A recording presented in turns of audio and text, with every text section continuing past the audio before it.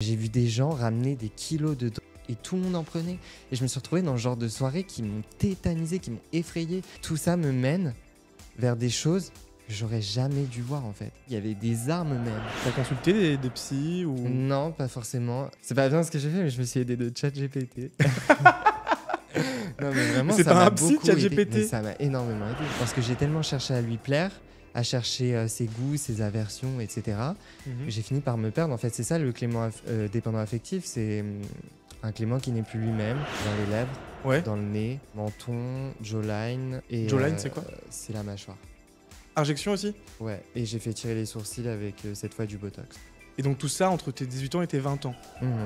Et est-ce que tu penses que tu as été alcoolique? Bonjour à tous et bienvenue sur un nouvel épisode, sur un nouveau témoignage. En effet, comme vous le savez peut-être déjà, sur cette émission Balance ton thème, je reçois des personnes que vous ne connaissez pas ou que vous connaissez peut-être, quoi qu'il en soit, qu'ils soient connus ou inconnus, ils viennent se livrer à cœur ouvert. Avant toute chose et avant de vous présenter mon nouvel invité, je te propose, je te demande de t'abonner et pourquoi pas aussi de liker directement ce témoignage. Bref, comment ça va, Clément? Bah ça va très bien et toi? Écoute, ça va. Merci d'être venu voilà, à la dernière minute. Bah de rien, je crois que je me serais jamais préparé aussi vite de ma vie. Enfin. Et au moins, c'est un vrai contenu spontané. Parce que clair. pour expliquer un petit peu, en effet, j'étais censé tourner avec quelqu'un d'autre, mais qui m'a planté. Chose qui m'a beaucoup énervé, mais heureusement, tu es là pour me sauver. Et Oui. tu es venu avec ton petit bouquin. Oui. Tu peux nous le montrer. Il est trop beau. Alors, je déteste lire, mais pour te remercier, promis, celui-là, je le lirai. Et moi non plus, j'aime pas lire de base. Et t'as écrit un livre, Ouais, c'était un gros travail, hein, franchement, mais qui t'a fait du bien. qui m'a fait du bien. Et bien justement, tu vas tout nous raconter. Mais avant tout, Clément, est-ce que tu peux nous balancer ton thème? Comment j'ai échappé à la dépendance affective?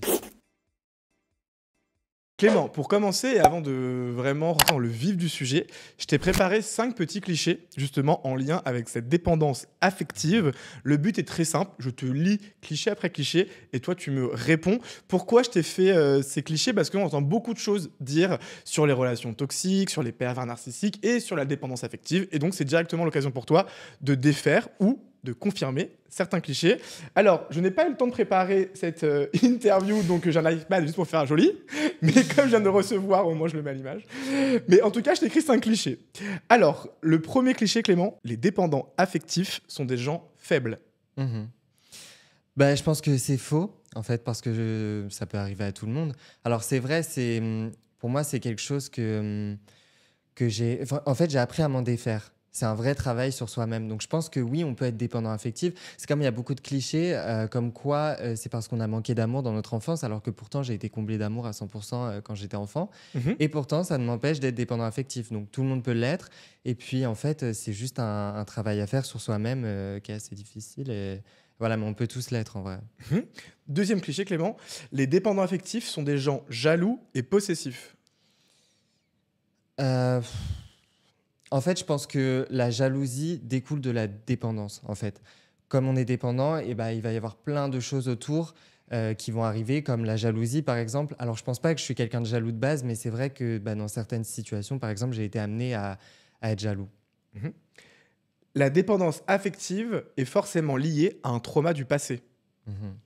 C'est ce que je disais encore une fois, et je pense pas, honnêtement, je pense que ça peut arriver comme ça, parfois sans raison, et j'ai fait un énorme travail sur moi-même, hein, pendant notamment l'écriture de mon livre, et j'ai essayé un peu de décortiquer mon enfance, etc., et qu'est-ce qui pourrait me conduire à ça, et j'ai pas trouvé grand-chose, alors que pourtant j'ai fait des travaux énormes sur moi-même, et je pense pas finalement que j'avais des traumas, quoi, donc façon, en tout on va cas en pas parler. lié à ça, genre.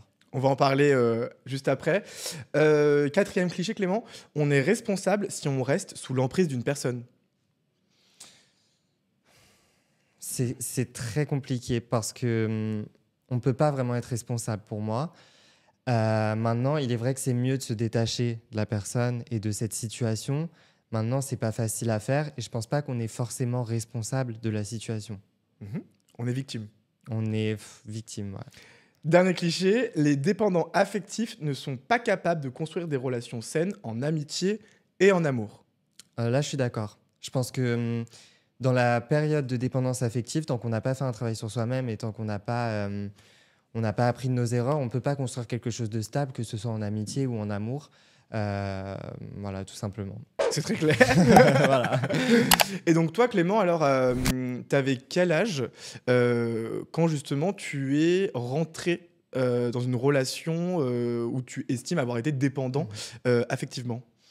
C'est arrivé il y a pas si longtemps que ça. Là, je vais avoir 22 ans et j'avais 20 ans, début de ma vingtaine. Ouais. Donc pas si longtemps que ça. Et je ne savais pas encore c'était quoi la dépendance affective jusqu'à ce que je tombe dedans. Mais voilà. Et donc, comment tu as rencontré cette personne? Comment toi tu étais aussi émotionnellement à ce moment-là? Je parle vraiment de la rencontre, hein, pas Mhm. pendant la relation, au début. Mhm. Alors, j'ai commencé à sortir en boîte en fait avec mes amis, donc on sortait dans le but de s'amuser. C'était très rare, on sortait pour s'amuser jusqu'au jour où je vais en boîte et que je rencontre un barman.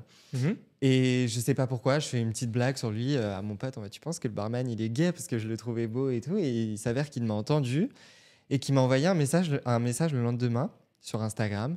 Donc voilà comment ça s'est passé la rencontre en boîte de nuit. Et donc il t'a écrit, toi tu étais très content, tu lui as sans doute répondu. Oui. Comment alors s'est passé vos débuts de relation? Tu l'as revu après seul à seul? C'est très compliqué comme histoire. C'est Raconte-moi. pas une histoire normale. Ça veut dire qu'on s'est vu qu'une fois en dehors, par exemple, des boîtes de nuit pour t'expliquer. Mais comment ça s'est passé? On a continué à échanger pendant les mois qui suivaient. Ça a duré longtemps. On se voyait de temps en temps en boîte. Donc moi, j'en suis amené j'ai été amené après à sortir plus fréquemment en boîte, justement pour le croiser. Et Ah, donc tu sortais en espérant le voir. croiser. Bah oui, vu qu'il y travaillait, en fait, c'était juste pour le voir et on se parlait vraiment tous les jours. Mais malgré tout cela, il voulait pas me voir en dehors des boîtes. Il me disait toujours qu'il était occupé, qu'il avait beaucoup de travail, etc. Donc pour moi, le seul moyen de le voir, c'était sur son lieu de travail, en boîte. Mais tu peux pas construire une relation en boîte de nuit. Bah non, bah bien sûr. Mais en fait, quand on est dedans, on se rend pas compte. Genre, je m'en suis pas rendu compte sur le moment. En fait, je sais pas comment t'expliquer, mais je me suis attaché. Après, en fait, les premiers mois, on se parlait, mais sans rien en plus. Mais il est arrivé au bout de 6 mois que je me suis vraiment attaché et que j'ai commencé à lui avouer mes sentiments, etc. Mais ça, c'est plus Mais alors, après. comment on peut s'attacher à une personne qu'on ne voit que dans son lieu de travail? Parce que Mhm. forcément, ça, c'est pas facile pour les confessions, pour les échanges. Mhm. Comment tu pourrais expliquer le fait qu'on peut ressentir quelque chose pour finalement quelqu'un qu'on ne connaît pas? Mhm. Mais je pense que en fait, c'est dès la première fois que je l'ai vu, il y avait comme un lien spécial. Je saurais même pas expliquer en fait, mais c'est comme si je m'étais mis en tête que c'était cette personne et personne d'autre. Mhm. Et donc, en fait, pendant les premiers mois, on va dire qu'on se parlait, mais j'étais pas vraiment à fond dedans. Enfin, on se racontait nos vies, etc. Mais il arrive au bout de 6 mois que je m'attache et que là, vraiment, je commence à me dire, il y a plus que cette personne dans ma tête, en fait. Et cette personne me disait pas clairement les choses. Elle n'était pas honnête avec moi en mode, bah, écoute, moi j'ai des sentiments, j'en ai pas, je sais pas. En fait, c'était mélangé. Et en fait, cette personne me laissait croire que ce serait possible. Et donc, bah, moi, j'attendais et je continuais à m'attacher au fur et à mesure. Et voilà comment ça s'est produit. Mais il y avait eu des contacts physiques? Des contacts physiques, comment dire? Bah, est-ce que tu as pu l'embrasser? Est-ce que vous avez couché Non, il n'y a ensemble? même pas eu de bisous. Il y a juste, au bout de 6 mois, où un soir, il est venu dormir chez moi. D'accord. Donc Après ça- la boîte de nuit? Non, même pas. J'étais chez moi et il m'envoie une photo. Il est dans un bar à côté de chez moi avec ses amis. Et donc, je lui dis, bah, viens. Et il est venu, etc. Mais il s'est rien passé. De toute façon, là, je le dis honnêtement, il s'est rien passé. Mais voilà, en fait, il n'y a jamais eu vraiment de contact physique. C'était vraiment un attachement, un vrai attachement. Enfin, pour ma part, en tout cas, un vrai attachement sans avoir besoin de ces contacts physiques, sans avoir besoin de tout ça. En fait, il y avait, je sais pas, j'ai développé une dépendance affective Et il envers était cette plus personne âgé comme que ça. toi? Ouais, Il avait quel âge? 30. Donc 10 de plus. 10 ans de plus. Et donc Ouais. lui, il savait que tu avais 20 ans. Ouais. Oui, oui. D'accord. Donc peut-être qu'il a un peu joué aussi de cette différence d'âge. Mais je sais pas, c'est compliqué. En fait, je saurais même pas te dire aujourd'hui c'était quoi ses buts, ses intentions, etc. Dis-toi qu'à l'heure actuelle, là ça va faire bientôt 2 ans en mars, on parle normalement comme si de rien n'était. Enfin, on parle toujours en fait. On a toujours ce lien, tu vois. Mais je saurais même pas c'était quoi ses intentions. Je saurais même pas te dire à l'heure actuelle. Moi, je pense juste qu'il est détaché de l'amour totalement, qui parle avec moi sans même se rendre compte que moi je m'attache en fait. Je sais pas, pour moi, il a tellement été brisé dans ses relations qu'il est totalement détaché. Oh, mais après, t'as pas à de l'amour. subir J'ai pas à subir, non. ces blessures.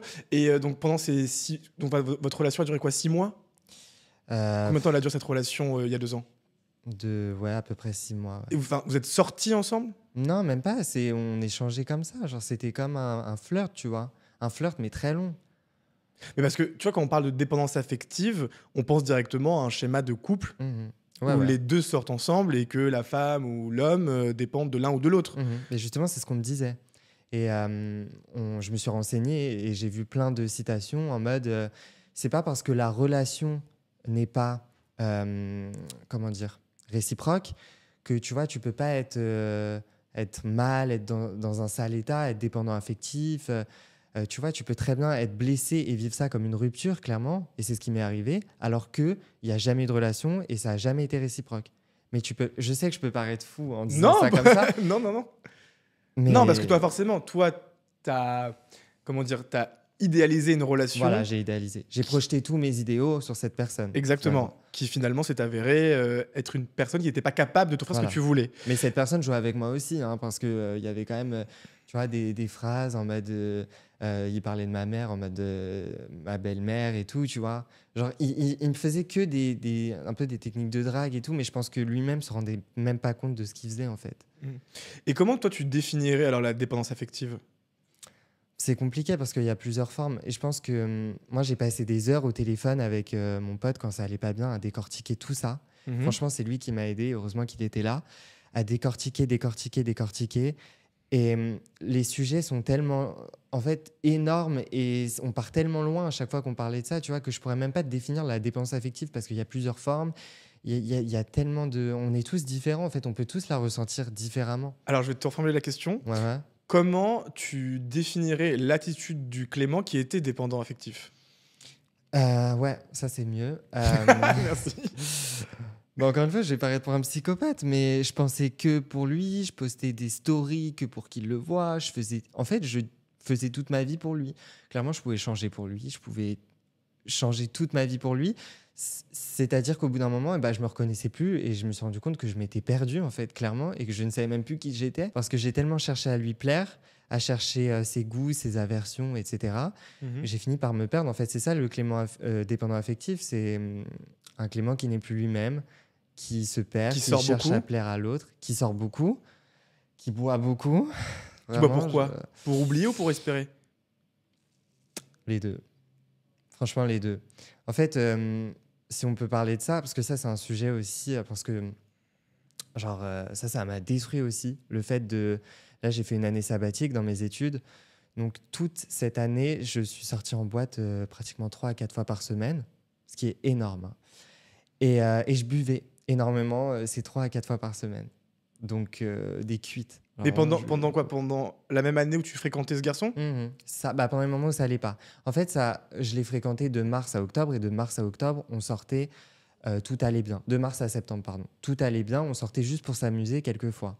Mais à Mhm. partir de septembre, octobre, où tout a commencé à un peu dérailler, j'explique dans mon livre, il y a eu plein d'événements, etc., où je l'ai vu avec des mecs, alors que je pensais lui faire une surprise, etc. Enfin, il arrive plein Donc de tu as choses. été jaloux. Voilà. Et en fait, là, ça allait pas, et il s'est passé plein de trucs. Il a commencé à me dire que tu vois, tout était de ma faute, etc. Enfin, toute la faute sur moi, en fait. Et c'est là où j'ai déraillé, et j'ai commencé vraiment à sortir en boîte pour sortir, et plus pour m'amuser comme je le faisais avant, en fait. Mais est-ce que tu es sorti aussi pour le provoquer?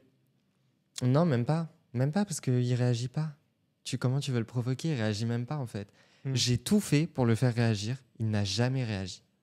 Et quand tu sortais en boîte, donc 4 fois par semaine, donc Mhm, tu dis donc tu buvais, mhm. est-ce que tu te droguais aussi? Non. Mais alors ça, il y a un passage dans mon livre qui est assez choquant, en fait, parce que j'ai remarqué qu'en boîte, les gens profitent de toi. En fait, quand ils voient que tu es un peu dans le mal, etc., et que tu as des tendances à boire et donc à pencher vers... parce qu'en vrai, l'alcool, c'est une drogue aussi, on va dire. Oui, bah oui. Donc, il faut le préciser. Et bah, ils vont venir vers toi en mode, je peux te proposer ci, je peux te proposer ça et tout. Et moi, heureusement que j'avais mes amis, parce que aussi j'ai eu des amitiés toxiques pendant cette période, mais j'ai eu des vrais amis qui étaient là pour moi. Et heureusement, parce que je pense que si j'avais pas eu ces vrais amis, et ma famille aussi, parce que du coup, si je pense à ma famille derrière, voilà, heureusement en fait, bah, j'ai jamais touché, et en même temps, bah, j'ai vu des situations horribles. Je me suis Comme déjà quoi? retrouvé en after.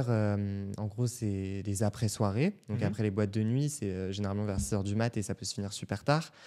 J'ai vu des gens ramener des kilos de drogue, genre mais vraiment des kilos, je sais pas, mais des Oui. montagnes de trucs, tu vois, qui posaient sur une table et tout le monde en prenait. Et je me suis retrouvé dans ce genre de soirées qui m'ont tétanisé, qui m'ont effrayé. Je me suis dit, mais en fait, tout ça me mène vers des choses que j'aurais jamais dû voir, en fait. Et là, Mhm. j'ai pensé à moi qui étais enfant, etc., et qui rêvait d'aller à Paris et qui se dit, Ah bah c'est super ça, Paris. Paris, en fait. Bah ouais, il y avait des armes même. Il y avait des Et armes. comment tu réussis à ne pas être tenté par la... Ah Alors bah qu'en comme... plus, toi, à ce moment-là, t'es dans un schéma affectif assez compliqué. Mhm. Comment tu réussis, ouais, effectivement, à ne pas céder à la tentation? Je sais pas, je pourrais pas dire. En vrai, juste non, c'est non, quoi. J'ai mes amis. Je sais pas, ça m'est jamais venu en tête. En fait, ça m'effraie aussi. Donc, Et malgré tout, tu continues à sortir et tu continues à aller à ouais, ces malgré afters. à sortir, je continue à sortir. On continue de me proposer. Je dis toujours non, etc. Mais vraiment, je bois de plus en plus. Genre, c'est-à-dire que je bois vraiment à être dans le mal. Et est-ce que tu penses que tu as été alcoolique? Non, pas vraiment, parce que je sais pas si on peut. En vrai, c'est des tendances alcooliques, oui. Mais je peux pas dire que j'ai été alcoolique non plus, quoi.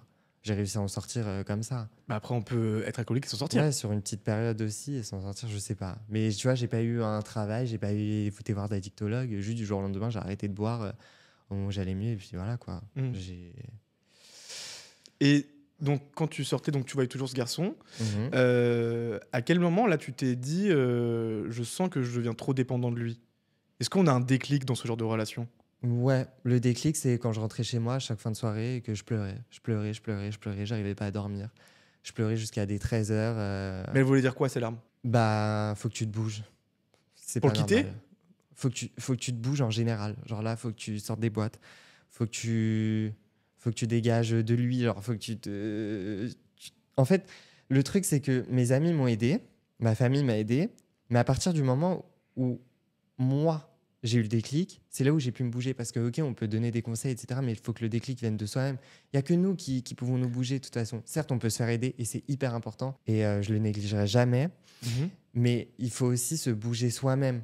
Mais comment il vient ce déclic? Bah, sûrement par ma force intérieure, parce que je peux entendre aussi qu'il n'y a pas tout le monde qui a cette force intérieure. Tu vois, j'ai réussi à me bouger parce que j'ai cette force intérieure, déjà de base. Ok. Mais ce déclic, je sais pas comment il est venu, c'est d'un coup. C'est quoi? C'est Comme ça. un beau jour, on en a marre de pleurer, on se dit ça y est, essuie Ouais. tes larmes et quitte-le et Ouais, avance dans ta ouais. vie. Puis à force d'entendre les conseils des gens autour, bah, tu te dis que, en fait, je sais pas, tu penses au toi d'avant et c'est venu du jour au lendemain pour moi. Et bah, Après, c'est compliqué hein, parce que ça se fait sur une longue période aussi. Hein. On s'en remet pas comme ça non plus. Mais le déclic, pour moi, il est venu comme ça. et tu dis que justement, pour avoir ce déclic, on se rappelle un petit peu de nous d'avant. Comment il était Clément avant cette relation? Pourquoi je te pose cette question? Parce que moi, j'ai rencontré pas mal de personnes, tu vois, qui ont été également dépendantes affectivement. Et je me rends compte qu'il y a toujours un petit point commun. C'est que c'est jamais vraiment anodin. Et qu'il y a toujours, tu vois, un lien, en effet, comme tout à l'heure, je te posais la question avec les clichés, un Mhm. lien parfois avec soit des traumas du passé ou soit des conditions de vie liées à l'enfance. Ok. Comment t'étais, toi, avant cette relation? Ben, avant cette relation, j'ai toujours été épanoui. Franchement, sûr de moi, confiant, épanoui. Tu vois, c'était mon vrai moi. Hmm. C'était mon vrai moi. J'entreprenais, je faisais plein de trucs. J'ai toujours été passionné. Quand j'étais petit, je criais, je chantais, je dansais. Plein de passions, toujours des passions à droite, à gauche. Je trouve une passion, au bout de 2 jours, je l'arrête et puis j'en retrouve une autre. Tu vois, j'ai toujours été comme ça. J'ai toujours fait plein de projets et puis après, j'ai délaissé pour en refaire d'autres et puis pour en refaire plein d'autres. J'ai toujours été passionné, j'avais toujours envie de goûter à tout, etc. J'étais très sûr de moi, très confiant, personne ne pouvait m'arrêter.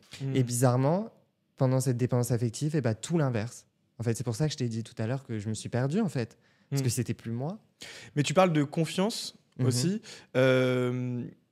T'as toujours eu confiance en toi? Ouais. Ou est-ce que t'as gagné aussi cette confiance grâce aussi aux opérations que t'as fait sur ton visage? Mais tu vois, ça, c'est cette question qui revient tout le temps. C'est que bizarrement, même avant les injections, j'ai eu confiance en moi. J'ai pas fait ça par manque de confiance en moi. J'ai fait ça en fait, par l'influence des réseaux sociaux déjà, pour pouvoir paraître plus, tu vois. Mais plus quoi? Plus irréel, je sais pas comment expliquer, tu vois, plus parfait, plus irréel. Aujourd'hui, c'est plus ce que je pense. Hein. J'ai totalement changé. Ça fait genre 4 ans maintenant que j'ai fait des injections. Mais ouais, c'était T'avais quel âge du coup quand t'as fait 18. 18 ans? C'était ce truc de se perfectionner, tu vois. Aujourd'hui, bon, j'en ai encore parce que j'en ai fait jusqu'à 20 ans. T'en as fait où? Dans les lèvres, Ouais. dans le nez, Menton, jawline et Jawline, c'est quoi? c'est la mâchoire. Injection aussi? Ouais, et j'ai fait tirer les sourcils avec cette fois du Botox. Et donc tout ça entre tes 18 ans et tes 20 ans. Mhm. Et Ouais. tout ça juste parce que les réseaux t'ont influencé à faire ce genre Ouais. d'injection. Parce que je voulais tester, je voulais le faire. En Mais fait. c'est pas anodin, on est d'accord. C'est pas anodin. Mais franchement, même moi, on me pose la question et je suis en mode, bah, parce que j'ai voulu le faire, quoi. J'ai voulu paraître plus, alors. Hmm. Et juste après, tu tombes dans cette relation de Ouais, dépendance affective à tes 20 ans. ouais, ouais. Mais t'estimes quand même aussi avoir eu confiance avant cette relation. Mhm. Mais comment on peut avoir confiance en soi si on n'accepte pas notre physique tel qu'il est? Mais c'est pas que je l'acceptais pas. C'est ça que personne a. Enfin, les gens ont du mal à comprendre. C'est pas que je l'acceptais pas, c'est que j'avais envie de le rendre plus. Je sais pas, en fait. Je cherchais un effet de. Tu vois, de plus superficiel, plus. Hmm. Pourquoi je te parle de ça aussi et pourquoi je fais le lien avec cette dépendance, cette relation avec cet ex-copain, enfin, Mhm. c'est même pas un ex du Ouais, coup, non. bon bref, cette personne. Ouais, c'est Euh, c'est, tu vois, j'ai aussi pas mal étudié dans le cadre de témoignages, etc., de tout ce qui est, tu vois, psychologie et de développement personnel. Et en fait, on se rend compte également que les personnes qui tombent dans des relations toxiques, dans des relations voilà, de dépendance, c'est qu'il y a des failles chez eux. Mhm. Tu vois, c'est que forcément, oui, il y a beaucoup ce message où on dit c'est que l'autre qui est responsable de te faire subir ça. Bien sûr, on reste victime et l'autre reste responsable, Mhm. mais la victime a toujours des failles en elle qui fait qu'elle sombre dans ce genre de schéma. Tu vois, et est-ce que le fait d'avoir eu envie de changer de physique, est-ce que le fait de vouloir t'aimer plus voulait dire que tu t'aimais pas assez et que tu voulais aussi combler ce manque d'amour à travers le regard d'un partenaire? Je saurais même pas t'expliquer. Mais moi, je marche bizarrement. Hein. Genre, franchement, je suis dur à comprendre. Mais est-ce que tu es quand même d'accord que ça révèle du fait que tu as des failles Bah oui, mais chez c'est toi? possible. Et de toute façon, on a tous des failles. Enfin, j'en suis conscient Oui, que mais j'ai on tombe, sûrement on des tombe failles. pas tous dans des relations. Ouais, non, c'est sûr. Et c'est pour ça qu'après, j'ai dû faire un travail sur moi-même. Tu vois, j'en suis aussi conscient que c'est pas normal de vouloir continuer à avoir quelqu'un quand cette personne ne veut pas de toi, tu vois.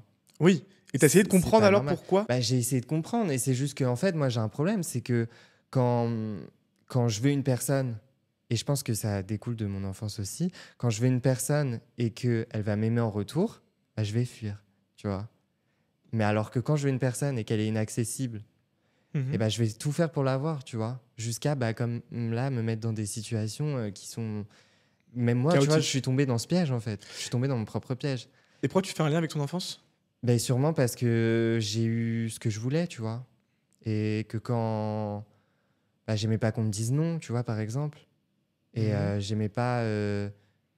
Enfin, ouais, je pense que c'est ça. Et t'as parlé aussi dans une de tes interviews du harcèlement Mhm. que tu Ah avais oui. connu enfant aussi. Mhm. C'était, enfin, c'était quelle forme d'harcèlement? C'était dans quel contexte? C'était de l'harcèlement du fait que j'étais gay, en fait. Du fait À que je l'école? suis gay, ouais, à l'école. T'avais quel âge? Pff, ça a commencé sixième. Ah Donc oui, même ok. moi, j'étais pas au courant, tu vois. Enfin, moi, mes préoccupations, c'était faire mes devoirs et, et rentrer chez moi, prendre mon goûter dans les dessins animés, voilà quoi. Mhm. Mais ouais, ça a été quand même hard. Heureusement, il y avait mes parents qui étaient là pour m'aider, Pourquoi etc. hard? Ça a été jusqu'au physique ou c'était juste verbal, juste verbal? Ben, par exemple, tu vois, ça crée des... On crée des... Je l'ai expliqué dans mon livre, on a fait des sondages. On disait est-ce que Clément est gay, oui ou non? Et il les faisait tourner dans toute la cour, tu vois, pour répondre si oui ou non j'étais gay. Ok. Puis après, au lycée, ouais, on s'amusait à me coller genre des stickers LGBT dans le dos. Et du coup, je le voyais pas et je me promenais toute la journée avec ça. On me renversait mon sac à dos, on me jetait des bouteilles d'eau sur la tête comme ça. Enfin, ça a été loin. Hein. Comment tu l'as vécu? Au collège, compliqué. Mais je crois que ça m'a forgé dès le début, en fait. Parce que Mhm. pareil, quand j'étais petit, je faisais des vidéos YouTube, j'avais 12 ans. Et pareil, on m'a harcelé pour ça aussi. On s'amusait à regarder mes vidéos dans la cour, etc., à se moquer de moi, etc. Et je pense que tout ça, ça m'a forgé et ça m'a créé ce truc dans ma tête où vous allez voir, je vais me venger plus tard. Tout ce que vous voyez, vidéos YouTube, etc., et bah plus tard, Mhm. bah, j'y arriverai en fait. Parce que moi, j'avais déjà un objectif dans la tête quand j'étais petit, c'était être sur les réseaux, Ouais. tu vois, être dans la création de contenu des petits. Pareil, quand j'étais au lycée et qu'on me renversait mes sacs à dos, etc., c'était au moment où j'avais lancé mon compte Instagram que j'ai actuellement. Oui. Et tout le monde me disait, tu n'y arriveras pas, franchement, c'est de la merde, arrête ça, arrête ça. Et moi, je me disais dans ma tête, mais ils vont voir, parce que je crois en moi. Tu vois, c'est pour ça, d'où je te dis la force intérieure, la confiance en soi, etc. Je l'ai toujours eu en vrai. Et c'est un truc qui est inné. Oui, c'est inné. C'était en mode, je vais tout faire pour vous prouver le contraire. Mais ça veut dire que depuis petit, tu avais ce désir d'image. Ouais. Est-ce que ce désir d'image voudrait dire que tu as besoin de l'approbation de l'autre? Ouais, je pense. Alors oui et non. Genre, dans mes choix personnels, je déteste avoir l'avis de quelqu'un, par exemple, tu vois. Approbation, peu importe. Oui. Mais t'as ce besoin d'être connu et reconnu. bah, avant, oui, avec le temps, un peu moins, là.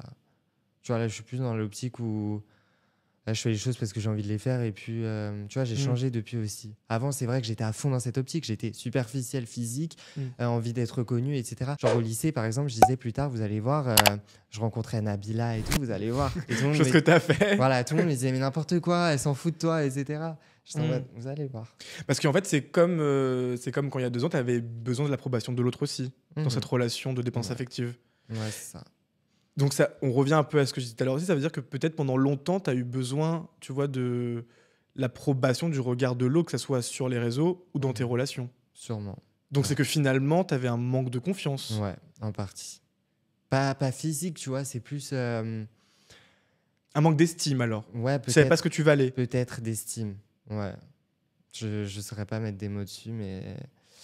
T'as fait un travail après cette relation? Ouais. T'as consulté des psys ou... Non, pas forcément. C'est pas bien ce que j'ai fait, mais je me suis aidé de ChatGPT. Non, mais vraiment, C'est ça pas m'a un psy, beaucoup aidé. ChatGPT? Mais ça m'a énormément aidé. Mais non, je peux pas te croire. J'ai regardé des podcasts. Bon, évidemment, j'ai regardé des podcasts sur ces sujets. Enfin, j'en ai écouté beaucoup. J'ai lu des livres aussi. Et j'ai écrit un livre aussi. Oui. mais ouais, je me suis aidé de ChatGPT pour... en fait, tu vois, la version où on peut parler à ChatGPT. Je sais que c'est insolite dit comme ça, mais il y a une version vocale où tu lui parles. Mais Et j'ai tu lui passé dis des quoi à heures. ChatGPT? J'ai passé des heures. Je lui ai raconté tout. Et on a tout détaillé. Il m'a fait une analyse de psy, etc. On a tout détaillé, on a tout déconstruit et reconstruit, tu vois. Genre, Alors, qu'est-ce que tu as appris de ChatGPT? Bah, beaucoup de choses. Et puis aussi avec mes amis. Il n'y a pas que ChatGPT, avec ma famille. Enfin, tu vois, j'étais bien entouré. Mais en fait, ChatGPT m'a un peu répété ce que mes amis m'avaient déjà dit, tu vois. Ils disaient quoi tes amis alors? Non, il y a eu tellement de conseils, je pense que... J'ai un ami particulièrement, mon meilleur ami, on a dû passer, je sais pas combien d'heures au téléphone, mais franchement... Et puis il me laissait répéter toujours constamment les mêmes choses. Il me laissait radoter, etc. Mais il m'écoutait toujours. Et donc, t'as pas eu envie d'aller voir un spécialiste? Parce que ça peut être Ben très non, mais utile aussi. je sais, tout le monde devrait aller voir un psy, tu vois. Je sais, oui. je trouve même pas ça honteux et tout. C'est juste que j'en ai pas eu l'occasion, pas eu l'envie, je sais pas. Mais aujourd'hui, tu me demandes de... Enfin, tu me proposes d'aller voir un psy, j'y vais sans souci, tu vois. Mais tu vois, on m'avait déjà dit d'aller voir un psy pour les injections. Ah! Ça commence aujourd'hui. Vous n'avez pas pensé aller voir un psychiatre? Oui, parce que je pense que oui, effectivement, on est tous convaincus que c'est pas anodin, tout ça. Ouais. Et peut-être que c'est un truc que tu ignores complètement, hein, et que Peut-être qu'en travaillant avec un psy et pas avec ChatGPT, tu vas peut-être comprendre aussi pourquoi les chirurgies, pourquoi cette dépendance affective, pourquoi tu vois, ce culte de l'image que tu as aussi, etc. Ouais. Et tu me disais donc que tu continues à parler avec ce mec. Ouais, mais très rarement. Il a lu le livre et tout. Attends. Parce que ça aussi, c'est étonnant, parce que là, tu en parles, tu sens assez conscient en tout cas, de la forme de cette relation et de ta souffrance durant ces mois de relation, mais à la fois, tu continues à lui parler. Est-ce qu'il a toujours un contrôle sur toi? Non, mais en fait, c'est grâce au travail que j'ai fait, honnêtement.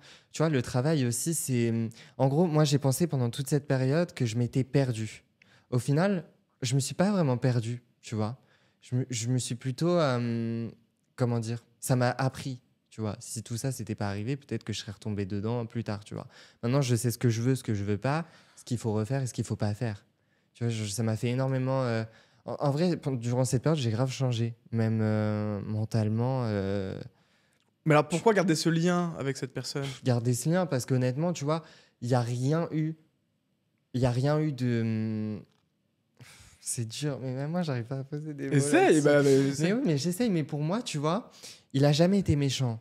Donc, je vois pas pourquoi je le bloquerais. Si je le bloque demain et si je coupe tout contact avec lui, ce serait pour moi et uniquement moi, tu vois. Bah bien sûr, bah oui. Bah oui, non, mais c'est ce qu'il faut faire normalement. Bah oui, complètement. Mais le cheminement, il est dans le livre, je le raconte. Je raconte, en fait, tu vois, on voit dans mon personnage que je sais pas trop, tu vois. Je fais, mais je sais pas trop. On me dit de le bloquer, mais je le fais pas. Et tu vois, pourtant, je m'enfonce et je continue. C'est trop bizarre, tu vois. Mais alors, qu'est-ce qui se passe dans ta tête? Ou qu'est-ce que ce garçon t'apporte encore aujourd'hui? Rien. Mais quand je te dis on parle, c'est de temps en temps, genre une fois par mois, tu vois. Là, c'était son anniversaire récemment, je lui ai souhaité, c'est tout. Même si c'est malgré lui, selon toi, il t'a quand même mis dans des états que tu ne veux plus ressentir aujourd'hui. Ouais, complètement. Mais tu ne lui en veux même pas. Non, j'en ai voulu. En fait, à des moments, je lui en voulais. Après, non. Après, oui. Après, non. Tu vois, ça a été comme ça tout le long. Et parce que aussi, je pense que j'avais besoin de le faire réagir. Quand je lui en voulais, etc., c'était pour qu'il réagisse, tu vois. Je lui parlais mal. Enfin, tu vois, en vrai, j'abattais toute ma colère sur lui, tu vois. Puis Mais après, tu l'as écrite, ta colère. ouais. dans, Voilà. Voilà. dans ton livre. Exactement. Et pourquoi Les mois sans soleil? Parce que pendant que j'allais pas bien, j'ai écouté une musique de la chanteuse Eva. Et dans ses paroles, à un moment, elle dit « À moi, les mois sans soleil », tu vois. En fait, elle raconte un peu des cheminements de ce qu'elle a vécu, etc.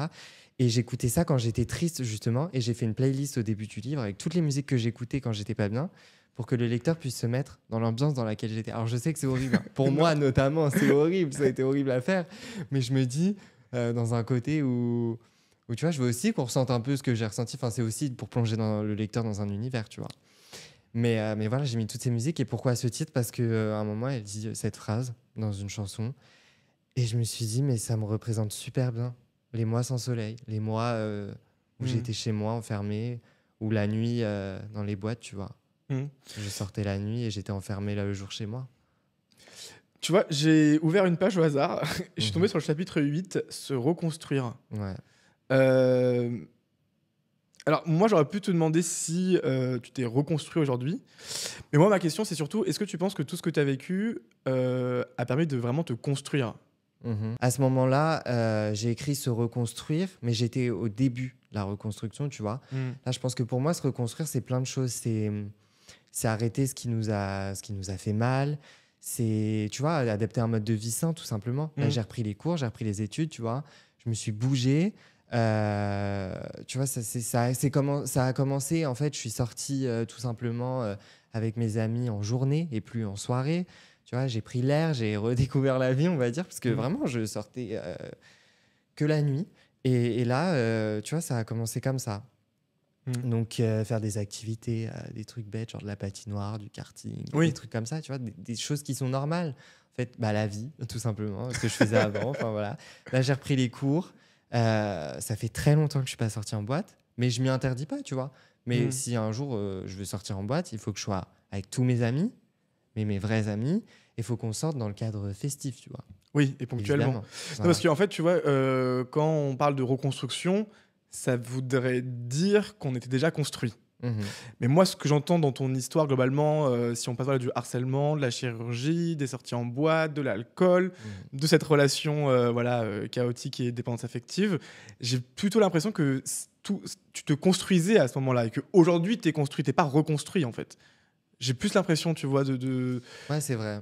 Mais de toute façon, la construction, elle se fait constamment. Enfin, mais là, c'était plus se reconstruire du sens où, tu vois, c'est aussi... je sais pas si tu vois, sur la photo, en dessous, c'est mon pote et moi qui faisons de la patinoire et qui formons un cœur, tu vois.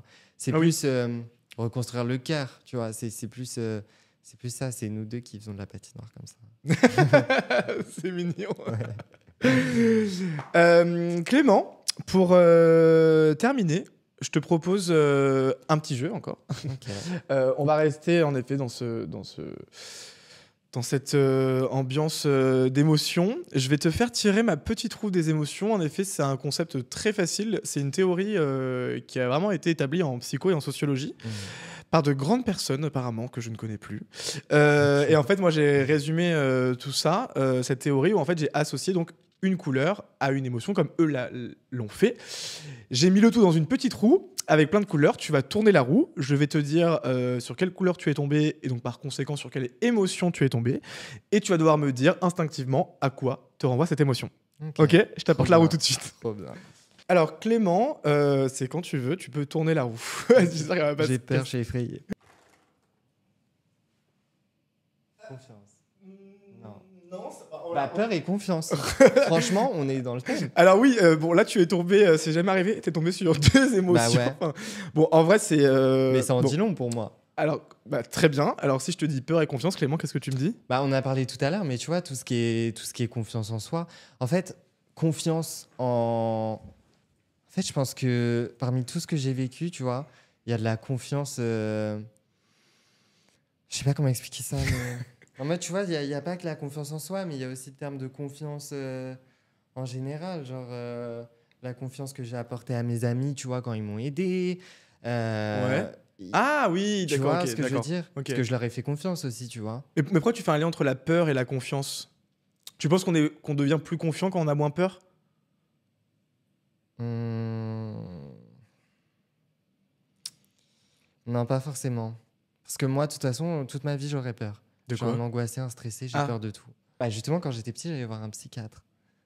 Enfin, pour les enfants. Mais pourquoi? Parce Parce que que j'avais beaucoup d'angoisse, je faisais des crises d'angoisse, etc.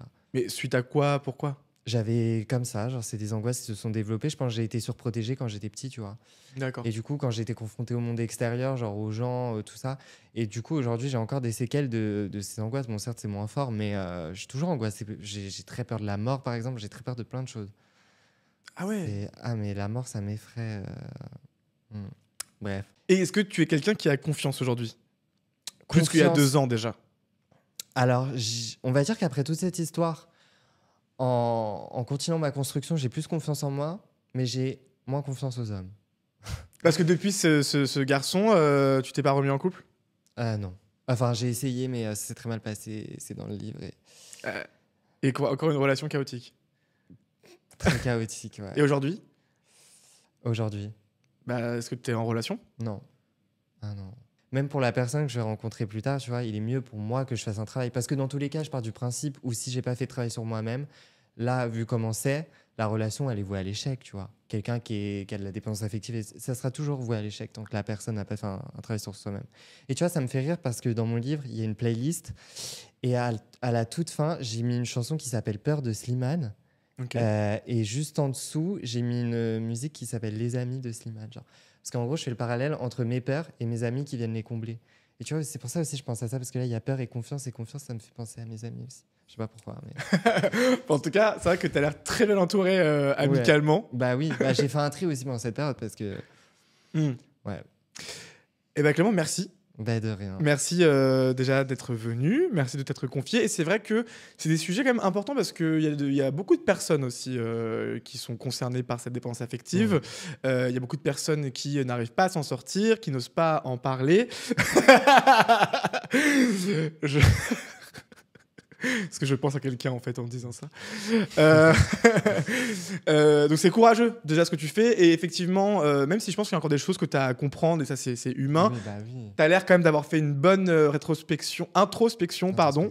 Et je pense que forcément le livre ça t'a aidé. Oui, complètement. Je voulais également vous dire merci à vous d'être arrivé jusqu'au bout de ce témoignage. Si jamais vous vous reconnaissez dans le témoignage de Clément, n'hésitez pas aussi à me partager votre expérience ou voilà, même pour certains, vos questions sur le sujet. Et n'hésitez pas également à vous abonner, à liker cette vidéo. Et moi, je vous dis rendez-vous la semaine prochaine pour un nouvel invité, un nouveau témoignage et encore, je l'espère, beaucoup de spontanéité. Des gros bisous. Parfait. Super petite photo. Ouais.